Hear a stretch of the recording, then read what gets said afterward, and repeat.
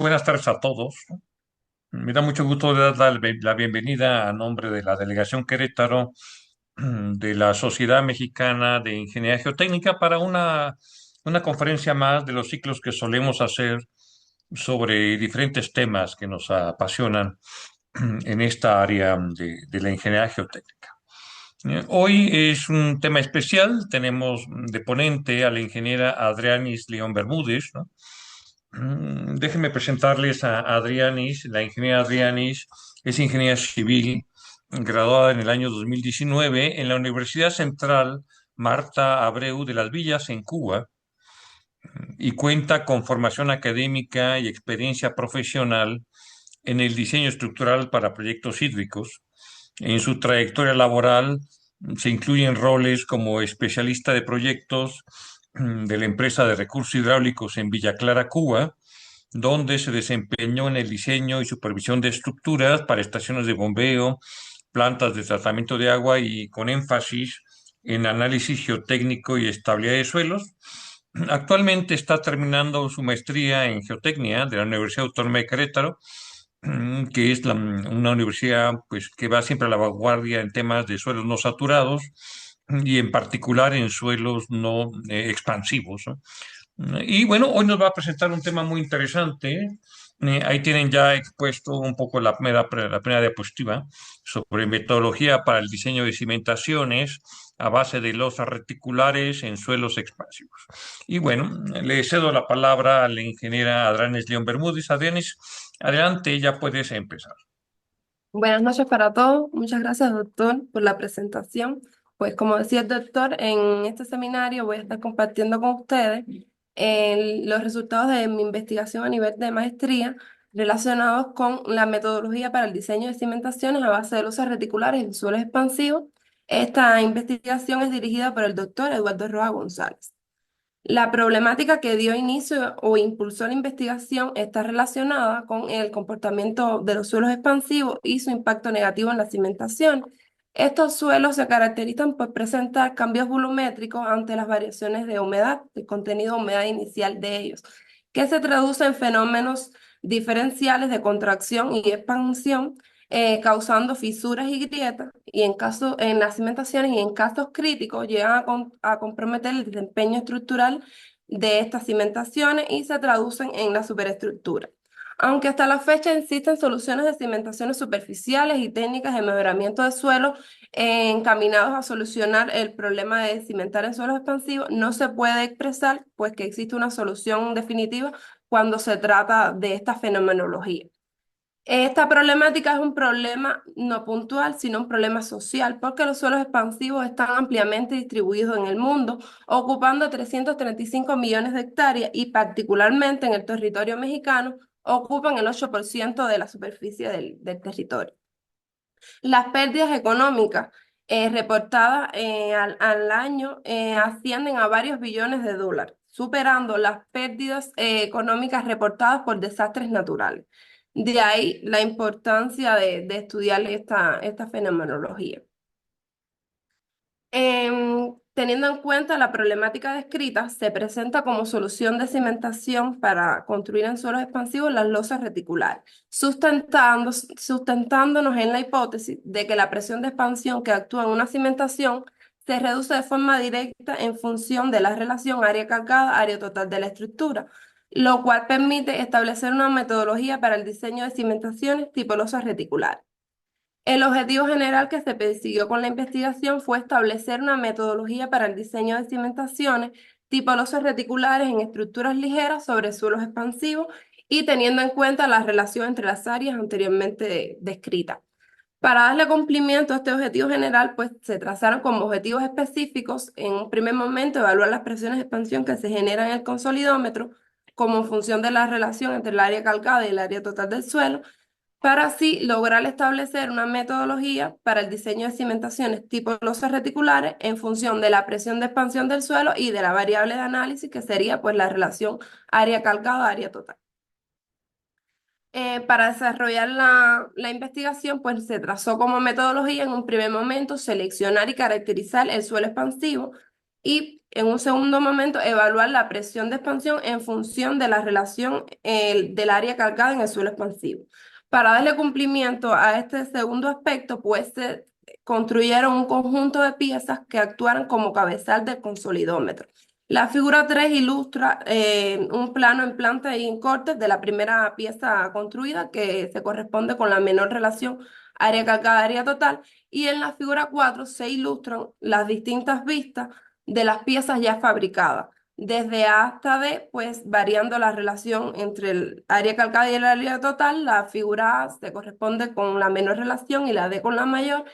Y es importante destacar pues en este aspecto que siempre se mantuvo el diámetro exterior de las piezas, que coincide con el diámetro de la pieza fija, la pieza plana de cabezal del consolidómetro, y entonces se fue variando el diámetro interior para lograr la variabilidad entre las áreas calcadas.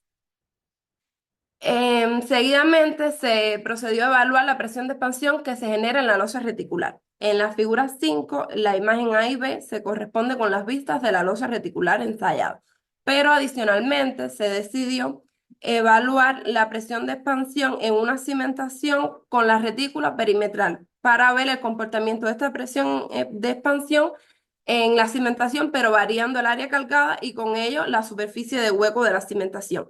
Y para explotar todas las posibilidades, pues adicionalmente se evaluó cómo se comporta la presión de expansión en una losa plana, que sería la imagen D de la figura 5.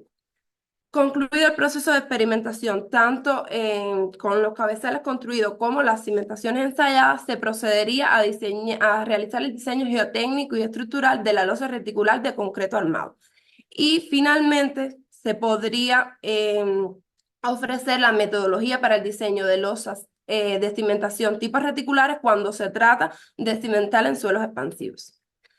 El suelo utilizado para desarrollar los ensayos de laboratorio fue una arcilla orgánica de alta plasticidad. Esta caracterización nos referimos a la investigación de la maestra Andrea Berenice en su investigación.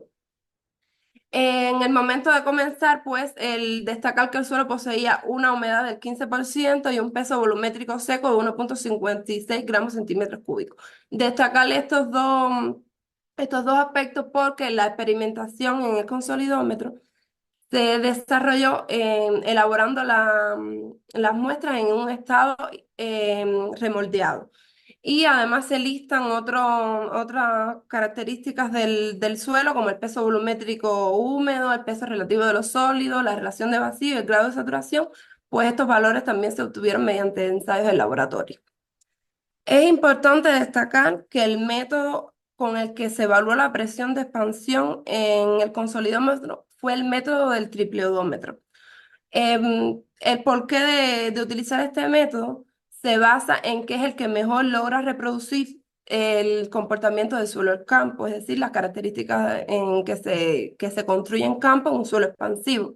La figura 6 ilustra el valor de presión de expansión obtenido a través de dicho método con la relación área calcada área total de 0,13 y se obtuvo un valor de presión de expansión de 45,91 toneladas metro cuadrado. De forma análoga, pues se evaluó el cabezal con relación área calcada área total de 0,26 y el de relación área calcada área total de 0,389, obteniéndose valores de presión de expansión de 53,1 toneladas metro cuadrado y 64,09 toneladas metro cuadrado, respectivamente.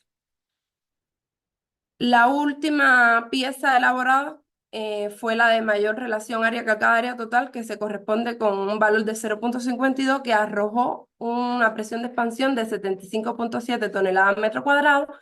Y el último ensayo realizado por el método del triple odómetro se realizó con el cabezal original del consolidómetro. Aquí se sometía el suelo a un confinamiento total y la relación área calcada área total fue de 1 y se obtuvo un valor de 85,7 toneladas metro cuadrado. Una vez concluido todos los ensayos evaluando los distintos cabezales construidos y el cabezal original del consolidómetro a través del método del triplodómetro, pues se procedió a evaluar la presión de expansión que actúa en las cimentaciones con distintas geometrías. La primera cimentación ensayada fue la losa reticular. Pues destacar que este ensayo, en este ensayo se reprodujo la humedad y el peso volumétrico seco del suelo, que antes de colocar la cimentación se extrajeron tres muestras inalteradas del suelo compactado de ese peso volumétrico seco para ser ensayado a través del método del triple odómetro, haciendo uso del cabezal original. Ese ensayo arrojó un valor de presión de expansión de 70,4 toneladas metro cuadrado, como se ilustra en la figura 10. Y volviendo al ensayo de la losa reticular, una vez que se obtuvo estas muestras inalteradas, se procedió a ensayar la losa. En la figura número 9 se ilustra el comportamiento tenido de presión de expansión en función del tiempo. Aquí es importante destacar que en la figura se marca una presión de expansión de 17,24 toneladas metro cuadrado, que se corresponde con la presión de expansión del suelo sobre la retícula de la cimentación, y una presión de expansión máxima de 48,75 toneladas metros cuadrados, que se corresponde con el valor de presión de expansión máximo y era el que marcaba el anillo que se obtuvo con la lectura del anillo de carga, ya cuando esta se normalizó, es decir, no hubo variabilidad en ella. Pero ¿por qué se destacan esos dos valores? Porque se observó en el ensayo que el suelo se expande en el área hueca y hace contacto con la superficie plana interior de la cimentación, y por tanto este valor de presión de expansión pues asciende, se maximiza. Y pues esto va a ser un punto clave luego para tener en cuenta en el diseño. De forma análoga, se ensayó la losa con retícula perimetral. El procedimiento fue el mismo, idéntico al seguido y explicado en el caso de la losa con retícula, en la losa reticular. Solo destacar que en este caso se obtuvo un valor de presión de expansión a través del método del triple odómetro de 69,12 toneladas metro cuadrado, y en el caso del ensayo propio ya de la cimentación, pues el comportamiento fue similar. Se obtuvo una presión de expansión de 12,76 toneladas metro cuadrado, que se ilustra en la figura 11, que se corresponde con el comportamiento del suelo, es decir, la presión de expansión del suelo en la retícula de la cimentación, es decir, perimetralmente. Y luego se obtiene un valor de presión de expansión máxima, finalizado el ensayo, que aquí de igual manera que en el caso anterior, se pudo observar que este valor ya es cuando el suelo hace contacto con la superficie plana interior de la losa, y por tanto se maximiza el valor de presión de expansión del suelo. Ya la última cimentación ensayada fue la losa plana. El proceso de montaje y de evaluar de obtención de las muestras inalteradas para evaluarla en el consolidómetro fue idéntico a las anteriores. En esta cimentación se obtuvo una presión de expansión de 10,05 toneladas metro cuadrado, y no se observó el mismo comportamiento porque aquí no existía área de hueco, era pues la cimentación plana en contacto con el suelo expansivo. Y haciendo uso del método del triple odómetro con el cabezal original, pues la presión de expansión obtenida fue de 67,01 toneladas metro cuadrado. Adicionalmente, se decidió en el caso de cuando se llevó a cabo la prueba de presión de expansión en la cimentación con retícula perimetral y en la cimentación plana, pues se decidió a realizar una prueba de placa. Es decir, antes de desmontar el ensayo, pues se evaluó la capacidad de carga del suelo a través de una prueba de placa. En la figura 15 y 16 se ilustra el, el comportamiento de la tensión aplicada y la deformación del suelo, y se obtuvieron unos ángulos de fricción interna de 57 punto 65 grados, y en el caso del ensayo de la placa plana se obtuvo un valor de ángulo de fricción interna de 47,5 grados. Concluido todo el proceso de experimentación, se puede realizar un proceso de análisis de cómo se comportó la presión de expansión en función de la relación área cargada área total. En la tabla número 1 se ilustra los valores obtenidos de presión de expansión de forma descendente desde la relación área calcada área total 1 hasta la menor relación entre el área calcada y el área total, que fue de 0,13, y el mayor porcentaje de reducción se obtuvo con esta menor relación entre las áreas, que fue de 46,64%, evidenciando así el comportamiento de la presión de expansión ante la reducción de esta relación. Y en la tabla número 2 se ilustra el comportamiento de la presión de expansión en las losas con distintas geometrías, que como se variaba el área calcada y ocurrió una variabilidad en la presión de expansión, y este valor se compara con el obtenido a través del método del triplodómetro con el cabezal original que tiene la relación área calcada área total de 1. Decir aquí que la reducción máxima se obtuvo en la losa plana porque era la que menor valor de relación área calcada área total poseía, pero en la losa reticular, que es pues la que vamos a mostrarle el diseño geotécnico estructural, arrojó un valor de reducción de presión de expansión de 75,28%. En la figura 17, pues se ilustra el comportamiento de los datos experimentales de la presión de expansión en función de la relación área calcada área total. La curva punteada de negro, pues representa el comportamiento de los datos experimentales. Y la curva roja es la curva de ajuste. Se puede afirmar que estos datos experimentales se ajustaron de una forma satisfactoria a una función hiperbólica, obteniéndose un coeficiente de determinación de R cuadrado de 0,985. La presión de expansión del suelo, luego concluido el proceso de experimentación y de ver el comportamiento, se ajusta a una función hiperbólica, como mencionaba, y por tanto se puede expresar que la presión de expansión es igual a P máxima por la relación entre las áreas dividido alfa más la relación entre las áreas, donde la presión de expansión es pues la presión de expansión de diseño del suelo, la que se espera obtener, pues la relación es la que se viene analizando, la relación entre el área calcada y área total, que es la variable independiente en este caso, y P máxima representa la presión de expansión máxima del suelo bajo confinamiento total, o una relación área calcada, área total igual 1. En la función alfa representa el valor para el cual la relación entre las áreas obtener un valor de presión de expansión igual al 50% de la presión máxima del suelo. Este valor se obtiene mediante regresión no lineal y empleando pues este modelo hiperbólico, que es al que se ajustaron los datos. Pues aquí es importante destacar pues un dato representativo de este comportamiento, que alfa, que era pues la característica que estaba exponiendo, en este modelo dio un valor de 0,24. ¿Qué quiere decir? Que cuando solo el 20,4% del área de la cimentación está cargada, pues nos permite obtener una presión de expansión que ya se acerca a la mitad de la presión de expansión máxima. Es decir, que aquí se evidencia la sensibilidad de la presión de expansión a la relación entre las áreas, y específicamente al área calcada de la cimentación. Pues en otro momento ya pasamos a realizar el diseño de la losa reticular, basado fundamentalmente en este comportamiento hiperbólico de la presión de expansión.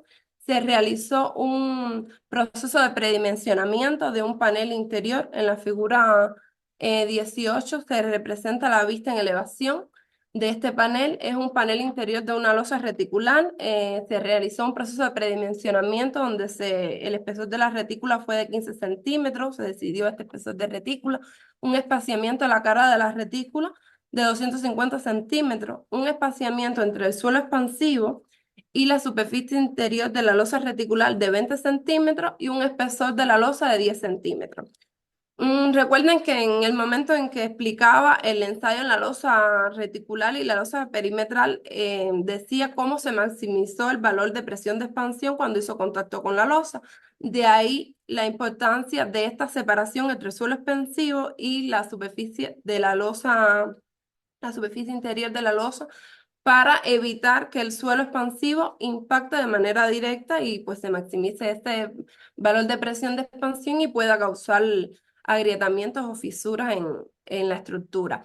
Pues de este predimensionamiento se obtiene la relación área calcada, área total, y a través de la presión, de la función que describe cómo se comporta la presión de expansión, pues se obtuvo la presión de expansión bajo la cual se va a hacer el diseño de esta cimentación, que en este caso fue de 20 toneladas metro cuadrado.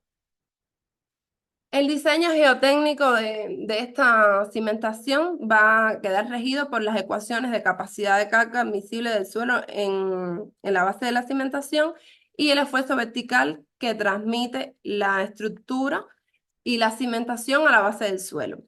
Pues la ecuación 2 ilustra la ecuación de capacidad de carga, que es la que describe la normativa mexicana, y la ecuación 3 hace referencia pues, al esfuerzo vertical que llega a la base del cimiento. En esta ecuación 3 quiero destacar que se utilizó una carga muerta de 1 tonelada metro cuadrado como se observa aquí en el puntero rojo, este es el valor de presión de carga muerta y una presión de carga viva de 0,2 toneladas metro cuadrado. Estos valores se asumieron porque el diseño tiene en cuenta que es para una vivienda ligera de una sola planta y pues basado en la normativa se obtienen estos parámetros de diseño. En la figura 19 y 20 ilustran el comportamiento obtenido mediante el ensayo de corte directo. En la figura 19 hace referencia al suelo en condiciones naturales y la figura 20 nos referenciamos al suelo pero en condiciones de saturación total. En el caso del ensayo de corte directo en condiciones de saturación, es necesario destacar que este ensayo se hizo también tratando de reproducir el comportamiento de campo. En un primer momento se calcaba la muestra y posteriormente se saturaba para luego hacer el ensayo de corte directo. Bueno, estaba comentándole las ecuaciones que van a regir el diseño geotécnico. Pues se hicieron tres diseños geotécnicos. El primer diseño fue el suelo en condiciones no saturadas y que responde a la ecuación de capacidad de carga es igual al esfuerzo que transmite la estructura de conjunto con la cimentación en la base de esta y de aquí se despeja la profundidad de desplante a la que se va a cimentar, que en este caso fue de 0,30 metros y, y se obtuvo una capacidad admisible de 25,08 toneladas metro cuadrado para un valor de ángulo de fricción interna que arrojó el ensayo de corte directo de 45 grados. Pero en el caso del suelo saturado se realizaron dos diseños. Uno, regido por la misma ecuación que la capacidad de carga es igual al esfuerzo vertical y se obtuvo una profundidad de desplante de 1 metro para una capacidad de carga del suelo de 26,69 toneladas metro cuadrado y este diseño se hizo para el ángulo de fricción interna que arrojó el ensayo corto y directo, que fue de 37,6 grados. Pero que se observó en la experimentación tanto de la cimentación en forma de reticular, con retícula perimetral y la plana, que la presión de expansión del suelo aporta la capacidad de carga. Por tanto, el suelo saturado también se diseñó la profundidad de desplante considerando el aporte de la presión de expansión del suelo y la ecuación que rigió el diseño fue que la capacidad de carga admisible del suelo más la presión de expansión era igual a el esfuerzo vertical que se transmitía en la base de la cimentación. Este diseño arrojó una profundidad de desplante de 20 centímetros y una capacidad admisible de carga del suelo en la base de la cimentación de 5,8 toneladas metro cuadrado. Es decir, se obtuvieron estos tres diseños, pero en cada uno de los diseños, ya les expliqué la ecuación de diseño que se tomó, era necesario revisar por presión de expansión. Es decir, que la presión de expansión de 20 toneladas metro cuadrado, que es la presión de expansión para el diseño de la losa, fuese menor que el esfuerzo vertical que es capaz de transmitir la estructura de conjunto con la cimentación en la base del suelo. Y comentarles que sí, es decir, en los tres diseños cumplieron por presión de expansión. Pues culminado el proceso de diseño geotécnico de la cimentación, pues vamos a comenzar el proceso de diseño estructural. El diseño estructural de la losa se dividió en dos momentos, el diseño de la losa y el diseño de la retícula. En este caso vamos a analizar el diseño geotécnico en condiciones saturadas, es el que vamos a estar comentando para una profundidad de desplante de 1 metro y en la figura 21 pues se ilustra todas las dimensiones. Decir que se consideró un recubrimiento de 3 centímetros, asumiendo una zona de agresividad media, lo que nos permitió obtener un peracto efectivo de 7 centímetros. Los valores de carga viva y carga muerta ya había comentado que eran de 0,2 toneladas metro cuadrado y 1 tonelada metro cuadrado. Respectivamente, se diseñó para una resistencia a la compresión del hormigón de 250 kilogramos centímetros cuadrados y una tensión de fluencia del acero de 4.200 kilogramos centímetros cuadrados. Em, la combinación de carga pésima para obtener el peso que transmite la estructura a la losa, teniendo en cuenta el peso propio de la losa, fue de 1,2 carga muerta más 1,6 carga viva. Se obtuvieron los momentos en los apoyos y en el centro de la luz.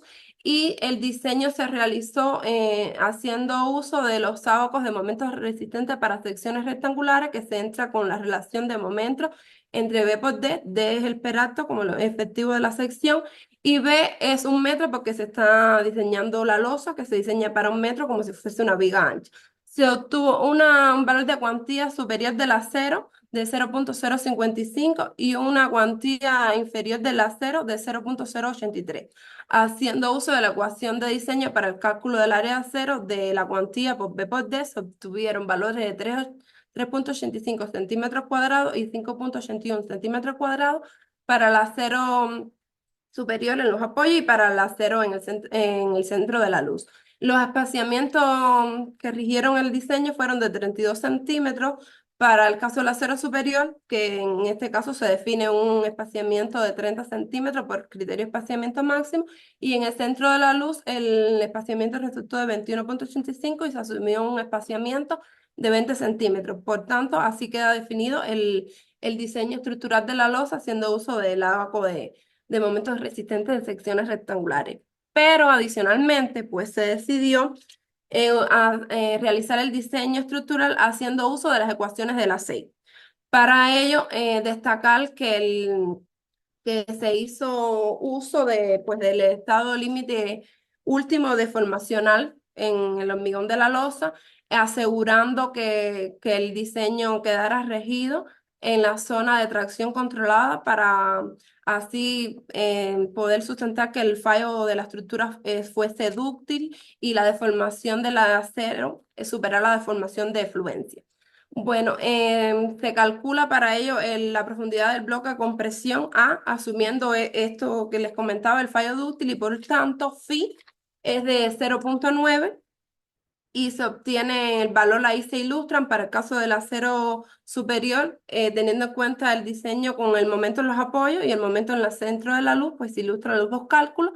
Los momentos son los mismos que se calcularon anteriormente, se calcula el área de acero para ambos casos y se revisa pues que este valor de phi asumido pues realmente sea el correcto, y el criterio para que garantiza que, pues, que el diseño verdaderamente se encuentra en la zona de tracción controlada es que esté que la profundidad de la línea neutra en el agotamiento del hormigón pues sea menor que CT, y C se calcula como A, la profundidad del bloque de compresión entre beta 1 y CT 0,375D. El criterio de espaciamiento máximo que debería regir el diseño es 3 por el perasto de la losa o 45 centímetros, el menor de los dos valores. Y entonces, pues destacar aquí que el diseño, haciendo uso del ábaco y haciendo uso de las ecuaciones de la SEI, pues es muy similar. Luego se chequea el estado límite último del esfuerzo cortante, garantizando que la sección del hormigón en la losa sea capaz de absorber los esfuerzos cortantes. La revisión se hizo utilizando dos ecuaciones, la que plantea el reglamento de la normativa mexicana y la que plantea la ecuación de la SEI, que es FI-UC. En ambos casos, la sección de la losa garantiza adecuadamente que resiste a los esfuerzos de cortante, comprobándose que el cortante resistente supera el cortante máximo. Destacar que el cortante máximo se obtuvo a una distancia D de la cara del apoyo, que es el cortante crítico, y pues el diseño final queda asumido por el espaciamiento máximo a 30 centímetros, varillas del número 4 para el acero en los apoyos, y de igual forma varillas del número 4 para el centro de la luz, espaciadas a 20 centímetros. Luego se realiza el diseño estructural de la retícula a una profundidad de desplante de 1 metro. El diseño de forma análoga que en la losa se hizo para las mismas características de resistencia a la compresión del hormigón y de tensión de fluencia en el acero, haciendo uso del ábaco de momentos resistentes en secciones rectangulares, pues se obtuvo que la cantidad de acero era menos que la mínima y por tanto se diseña para la mínima. Aquí los momentos se obtienen haciendo uso de las mismas ecuaciones y con la misma combinación pésima que les había descrito. Solo destacar que pues que en el peso se adiciona el peso propio de la retícula. Entonces se obtiene un área de acero tanto para el momento positivo como negativo de 5,53 centímetros cuadrados, haciendo uso de las ecuaciones del ábaco de momentos resistentes para secciones espectaculares. Pues luego se hace el diseño haciendo uso de la ecuación número 4, que es la que plantea el ACI, y con todos los supuestos que les expliqué, como el caso de la losa, que se diseña para que el fallo sea dúctil en la zona de tracción controlada. Bueno, un punto que quería destacar acá que en este diseño de la retícula, cuando se está diseñando para el momento en el centro de la luz, el momento positivo, pues se diseña como una sección rectangular.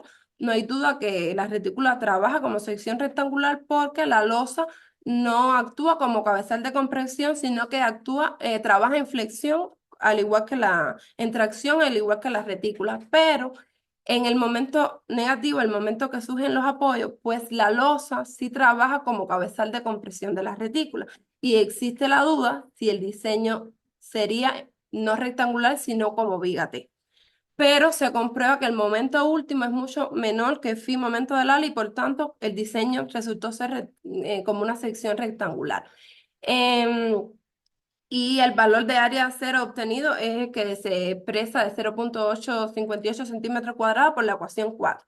Pero adicionalmente el ACI establece que el área de acero mínimo es el mayor valor obtenido en la ecuación 5 y 6. Y por tanto el área de acero en la retícula es de 6,15 centímetros cuadrados. Una vez obtenido el diseño a flexión de la retícula, se procede a revisar el cortante que actúa en la misma. Se construye una sección virtual o efectiva para la retícula, como se ilustra en la figura punto 22. Y posteriormente se calcula la rigidez relativa de la retícula por la ecuación alfa 1. Esta ecuación pues relaciona la rigidez en la losa y en la retícula. Aquí pues destacar que como es un panel de rectangularidad igual 1, pues la inercia centroidal de la losa es la misma en todas las direcciones, pues es un procedimiento un poco largo, pues solo vamos a llegar a la conclusión que esta rigidez relativa es mayor que 1 y por tanto el área tributaria del cortante en la retícula es como se ilustra en la figura punto 23 y se procede a calcular el cortante último que llega a la retícula, el cortante máximo que se sitúa a una distancia de la cara de la retícula, el cortante resistente por phi VC y se comprueba que la retícula es capaz de absorber el cortante que actúa y entonces pues se llega a la conclusión de que resiste ampliamente al estado límite último de fuerza cortante y finalmente se hace una revisión del espesor de la losa. Es decir, en un primer momento yo predimensioné y fijé un espesor de 10 centímetros, pues el ACI establece que la ecuación que se muestra, esta, debe ser el peralto de la losa, debe ser mayor que esa relación y pues nunca menor de 9 centímetros. Y como mi peralto fue de 10 centímetros, se llega a la conclusión de pues, que el predimensionamiento estuvo bien. Entonces, las retículas quedan diseñadas por un área de acero de 6,15 centímetros cuadrados. Se proponen colocar barras número 10 y se deciden colocar por especificación constructiva ganchos número 3 espaciados a 30 centímetros. La figura 24 ilustra el diseño final en condiciones saturadas del suelo sin considerar el aporte de la presión de expansión. Pues este sería el diseño final ya con el plano de acero, que es el que pues, se discutió paso a paso. Barras número 10 en la retícula, colocación de gancho y barras número 4 en la losa. La figura 25 pues ilustra el diseño final considerando el aporte de la presión de expansión a la capacidad de carga del suelo saturado. Pues aquí varía la profundidad de desplante de las retículas. Las retículas hasta la superficie inferior de la losa tendrían 40 centímetros de longitud y el diseño estructural de la losa pues es el mismo que en el caso anterior, solo que sí varía el diseño de la armadura de acero en las retículas, porque en aquel caso se obtuvieron barras número 10 y aquí se obtuvieron barras del número 6. Y finalmente también se realizó el diseño en condiciones no saturadas del suelo. Aquí igual manera el diseño estructural de la losa es el mismo y el diseño de la retícula en cuanto al número de la barra de acero coincide con el anterior, pero la profundidad de desplante de la retícula en este caso resultó ser de 30 centímetros más el espaciamiento de 20 centímetros, entonces las retículas serían de 50 centímetros medida a la superficie inferior de la losa y en el caso de considerando el aporte de la presión de expansión del suelo, que es esta figura 25, pues ese valor es de 40 centímetros. Y llegamos a la conclusión que el diseño más crítico es el diseño en condiciones no saturadas del suelo. Es decir, este sería el diseño a elegir en este caso. Pues culminada toda la experimentación, el diseño geotécnico y estructural de la losa reticular, pues somos capaces de dar la metodología de diseño, que siempre fue el objetivo general que nos trazamos. Pues el primer paso debería siempre de ser determinar la presión de expansión del suelo, es decir, conocer ante qué valor de presión de expansión nosotros vamos a cimentar. Luego, hacer el proceso de predimensionamiento de la losa reticular. Aquí es sumamente importante el espaciamiento que debe existir entre el suelo expansivo y la superficie inferior de la losa. Debemos ser capaces de garantizar que esa presión de expansión no me afecte el comportamiento de la losa. El espaciamiento entre las caras de la retícula, pues un mayor espaciamiento me garantiza un menor área de excavación de la retícula, pero también hay que ver hasta qué valor doy como espaciamiento. No debemos exceder 3 metros o si excedemos hay que revisar el segundo estado de límite, que es el estado de utilización, es decir, me refiero a fisuración y flecho. Deberían de chequearse ese estado, es decir, esos dos parámetros que establece el estado. Luego, determinar la presión de expansión de diseño. A ver, aquí quiero recalcar que toda la experimentación que se hizo dio cumplimiento a la hipótesis trazada que nos permitió establecer un modelo de ajuste de los datos experimentales con un buen coeficiente de determinación, pero este modelo de ajuste, este comportamiento expansivo del suelo, se refiere a este suelo que estudié. No podemos generalizarlo porque como es conocido, los suelos expansivos no tienen el mismo potencial de expansión, no tienen el mismo contenido de humedad, la misma mineralogía. Es decir, que este resultado que yo obtuve se enmarca en el suelo analizado. Pero sí es importante que cuando se va a diseñar, tener en cuenta que la presión de expansión máxima, es decir, para un confinamiento total, haciendo uso de la losa reticular, pues no es la misma de diseño, sino estaríamos sobrediseñando. En un cuarto momento se determinaría la profundidad de desplante de la cimentación, es decir, vamos a diseñar la profundidad de desplante de la cimentación y tener en cuenta que se mostraron tres análisis diferentes, es decir, sin considerar el aporte de la presión de expansión, estaríamos sobrediseñando, considerando el aporte de la presión de expansión.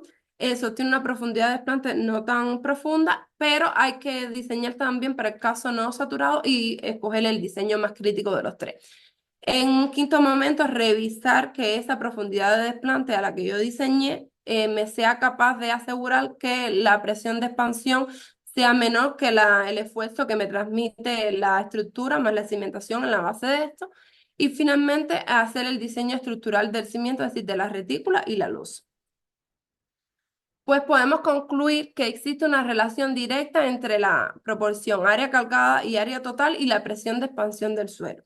Los ensayos de laboratorio realizados mediante el método del triple odómetro, junto con la evaluación de tres tipos de cimentaciones diferentes, confirmaron esta correlación y así se validó la hipótesis planteada. El análisis de los datos experimentales reveló que la mayor reducción en la presión de expansión se logró con el cabezal de menor relación área calcada-área total y se alcanzó un valor de 45,91 toneladas metro cuadrado, representando este resultado una disminución de 46,64% respecto a la presión de expansión máxima que se evaluó que fue de 85,7 toneladas metro cuadrado y este valor se obtuvo bajo confinamiento total haciendo uso del cabezal original del equipo. Los ensayos efectuados en las tres cimentaciones con configuraciones geométricas diferentes demostraron el comportamiento real de los suelos expansivos ante las variaciones del área calcada. Se comprobó así que el suelo mantiene una adecuada capacidad de carga, incluso en un estado saturado y expandido. Y se logró una reducción del 75,28% en la presión de expansión del suelo al evaluar la cimentación tipo losa reticular en comparación con los resultados obtenidos mediante el ensayo del triple odómetro haciendo uso del cabezal original. Se evidenció la necesidad de evaluar el ángulo de fricción interna del suelo expandido para el cálculo de la capacidad de carga y lograr así considerar adecuadamente los efectos volumétricos de este tipo de suelos. Los resultados experimentales para la presión de expansión en función de la relación área cargada-área total permitieron establecer una curva del comportamiento del suelo, la cual se ajustó satisfactoriamente a un modelo hiperbólico. Este modelo presentó un coeficiente de determinación de R cuadrado igual a 0,986. Y finalizado el proceso de experimentación, se pudo establecer una metodología integral para el diseño de cimentaciones en suelos expansivos basada en el comportamiento hiperbólico de la presión de expansión en función de la relación área calcada-área total. Finalmente, se proporciona un enfoque cuantitativo para considerar los efectos expansivos en el diseño geotécnico, estableciéndose las bases para futuras investigaciones sobre interacción suelo-estructura en condiciones expansivas. Muchas gracias. Muy bien, muchas gracias, Adrianis, por tu presentación, que nos hace pensar en cosas diferentes. Y hay varias preguntas aquí de las personas que nos escuchan, ¿no? Por ejemplo, me preguntan, ¿por qué no aplicaste el método ACTM de presión de expansión? O sea, ¿cuál es esa norma a la que te refieres de triple odómetro? Sí, es un tema, yo diría, muy interesante. No utilice ninguno de los métodos de la normativa porque esos métodos no logran reproducir las condiciones de campo. Es decir, está el método A, B y C, pues todos conocen cómo funciona. Y en estos métodos se induce el suelo a una saturación y luego se carga, cuando realmente siempre se construye el suelo en condiciones de saturación inicial. No podemos decir que el suelo está saturado totalmente y por tanto el método del triplodómetro, ¿en qué se basa? Pues yo cargo el suelo y posteriormente lo saturo. Es decir, son tres anillos, coloco las muestras, las cargo, leo bajo la diferentes espaciados de tiempo, es decir, como si se hiciera el ensayo de consolidación, primero 15 segundos, 30 segundos, un minuto, es decir, como eso, y luego yo saturo la muestra y hago las lecturas. Y como se evidenciaba en las curvas que mostré, entonces en ese punto donde se corta la curva natural con la curva saturada, ese es el valor de presión de expansión y ese método logra reproducir más fiel a la realidad las condiciones de campo del suelo y su comportamiento. Es decir, que no es una norma clásica, ¿verdad? Lo que estás usando, Eh, ¿no? no, pues el método es desarrollado por el doctor Eduardo Rojas y se utiliza ya, pues se enseña en la maestría y el sustento de por qué utilizarlo es el que les explicaba. Es decir, que aunque no está en la normativa, pues ya se ha demostrado que logra reproducir de manera más fiel las condiciones de campo del suelo. Sí, bueno, ese es un punto de discusión, ¿eh? No está claro. Bueno, también tienes preguntas de cómo afecta el diseño estructural si tienes cargas no uniformes sobre la losa plano reticular. Sí, como es conocido, pues la situación crítica del comportamiento de estos suelos expansivos es que los procesos de expansión y contracción pues no son lineales, es decir, son de manera puntual en la cimentación, pero la superioridad de este tipo de cimentación se basa en la rigidez. Es decir, el sistema losa retícula actúa como un todo y obtengo una rigidez que es capaz de absorber este comportamiento, aunque como decían las conclusiones, pues este aspecto ya debería ser sometido a un proceso de modelación como tal del comportamiento de la losa reticular, porque pues la investigación mía es más geotécnica y nos sometimos ya a dar un diseño estructural pero básico. Ese modelamiento es importante para ver cómo es capaz de la losa resistir estos movimientos diferenciales. Sí, es correcto. Se hubiera antojado ver cómo se distribuían los esfuerzos en el suelo bajo la losa reticular y al interior de la misma, ¿no? Eso como que quedó pendiente.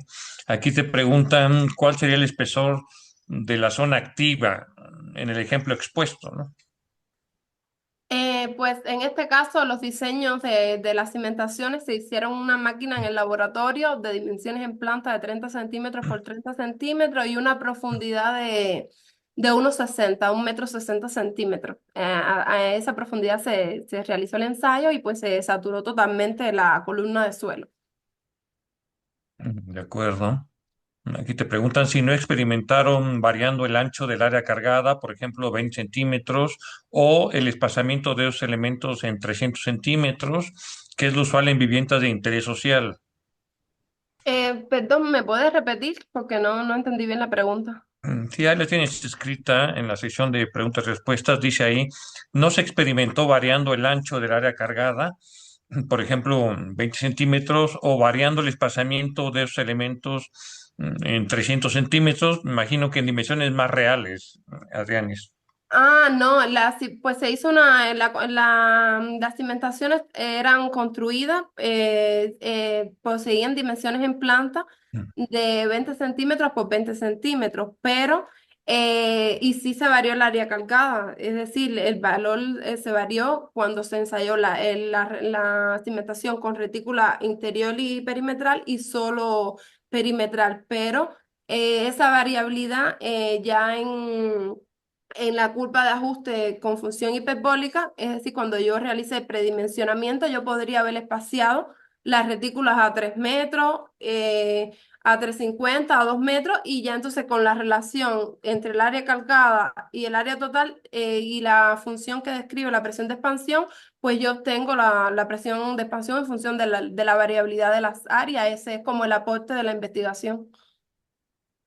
Aquí te preguntan si hiciste alguna revisión por vibración de la losa, pero eso no, ¿verdad? No, no, no.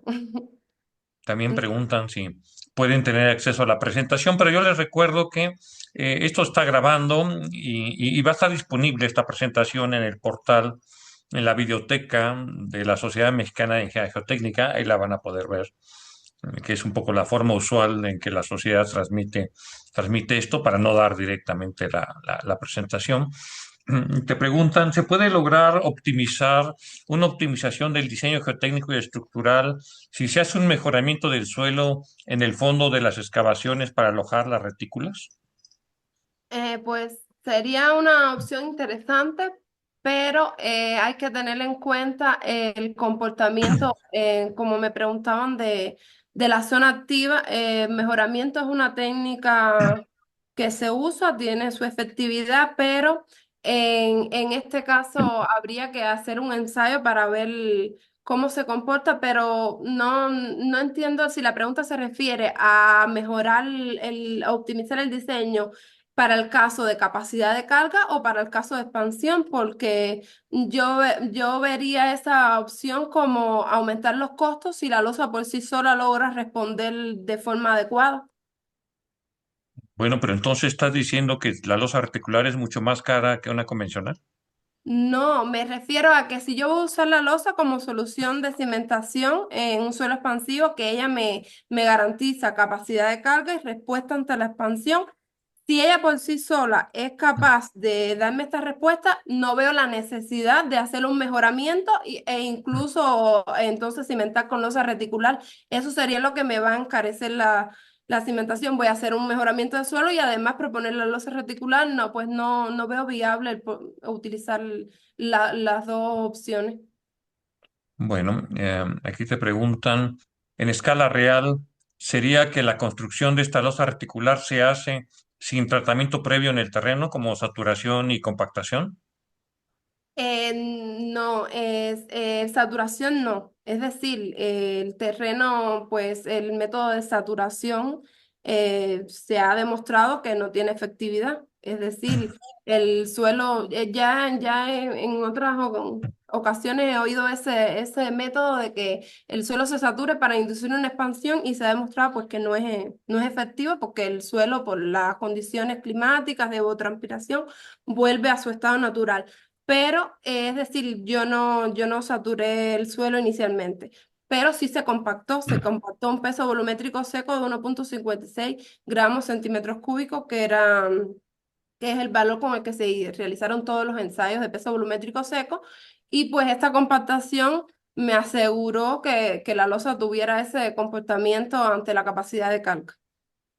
Bueno, hay mucha gente que quiere saber más de tu método del triple odómetro, que si les das referencias, bueno, ahí no sé qué podrías tú compartirles después, ¿no? Pues el método no es mío, es del doctor. Podemos, no sé, Pues sí, coordinar con pero el doctor una charla específica del método, pues cómo sí, porque como funciona. no está normalizado, pues surgieren demasiadas dudas, ¿no? Ajá, sí, Entonces, pues sería importante. Lo hablamos con el crea doctor. mucha desconfianza. Aquí te preguntan, ¿el parámetro alfa se puede modificar para diferentes tipos de suelos expansivos?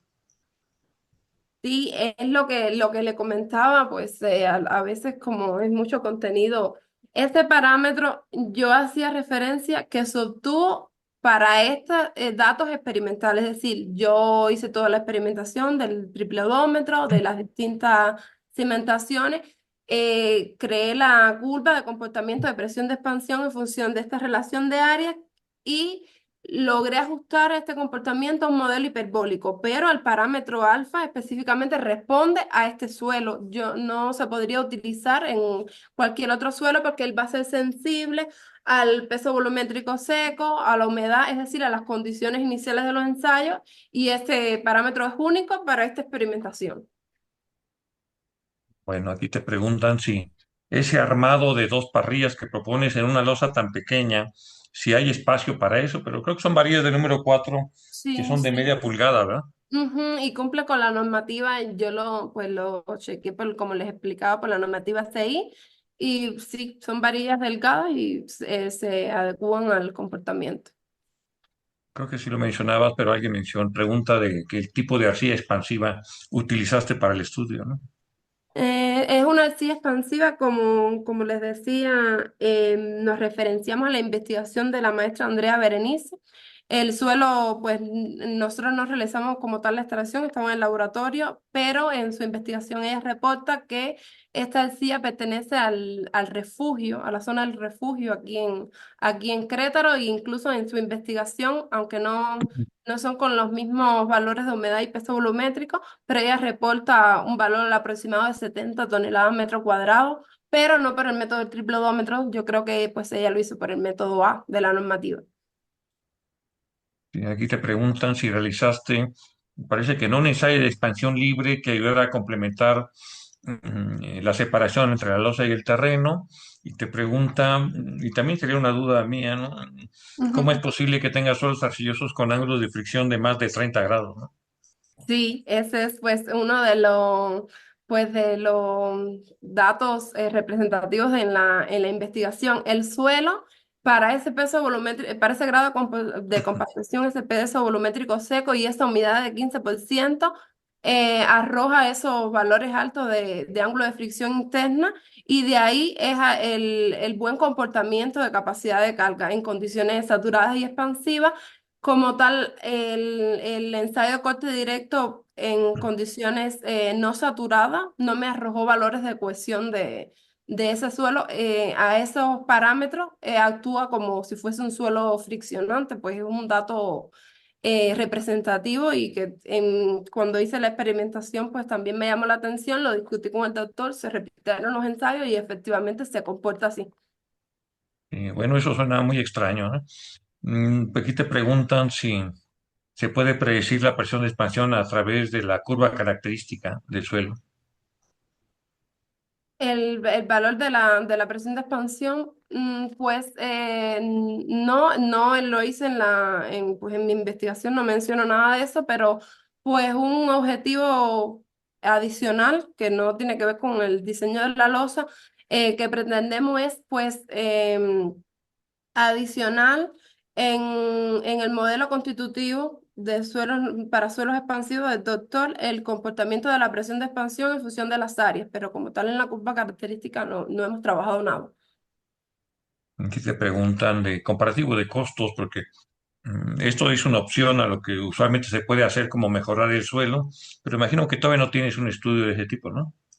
Pues no, es que es muy amplio cubrir todos los puntos, las aristas para una investigación de maestría, pero pues aquí aclarar que es un aporte como solución de cimentación, que como sabemos en el mundo de la ingeniería todo está sujeto a una evaluación costo-beneficio, puede que las técnicas de mejoramiento sean más económicas, pero que ver viablemente en respuesta estructural qué es más eficiente y pues es una decisión del cliente o de la constructora, pero es solo un aporte de costo, no hemos visto nada. Y finalmente alguien pregunta y si la colocación del refuerzo que sugieres de cuadrícula y bastones no debería haber estado invertido. No, los pues se diseñan con los momentos en el centro de la luz, para la losa el armado va pues inferior y en los apoyos es superior, lo que puede que estén como confundido porque doy una propuesta de doblez de barra, es decir, una propuesta que hace la CI de continuidad de barra entre el acero principal en el centro de la luz y el acero en los apoyos, pero pues los cálculos se hicieron con los momentos correspondientes y pues eso son los valores obtenidos. Bueno, muy bien. Y bueno, estas son las preguntas, Adrianis, que estuvieron, hubo varias. Preguntan de algún correo para hacerte más preguntas. No sé si en la primera diapositiva tenías tu correo o no, pero No, pero sí se los puedo proporcionar en el chat, ¿no? si ponen en el chat tu correo de la universidad para que te contacten con respecto a este tema, para aquellos que todavía tengan más preguntas. Bueno, muchas gracias, Adrianis. Bueno, pues con esto damos por terminada esta conferencia que organizó la Delegación Querétaro de la Sociedad Mexicana de Ingeniería Geotécnica. Es un tema que consideramos interesante, que evidentemente le falta todavía mucho desarrollo, hay que validar en campo, faltan más cosas. Pero bueno, es una idea interesante en ese sentido. Bueno, pues bien, y aquí damos por terminada la presentación. Muchas gracias, Adrianis, por el tiempo que te diste en preparar tu trabajo de tesis de maestría. Gracias a No. todos por escucharnos y recuerden que va a estar disponible en pocos días en el portal de la Sociedad Mexicana de Ingeniería Geotécnica. Muchas gracias a todos. Que pasen una buena noche. Muchísimas gracias, doctor, y gracias por la oportunidad. Y a todos ustedes por interesarse en la investigación y también las preguntas que siempre aportan al desarrollo profesional. Muchas gracias. Buenas noches a todos. Gracias, buenas noches.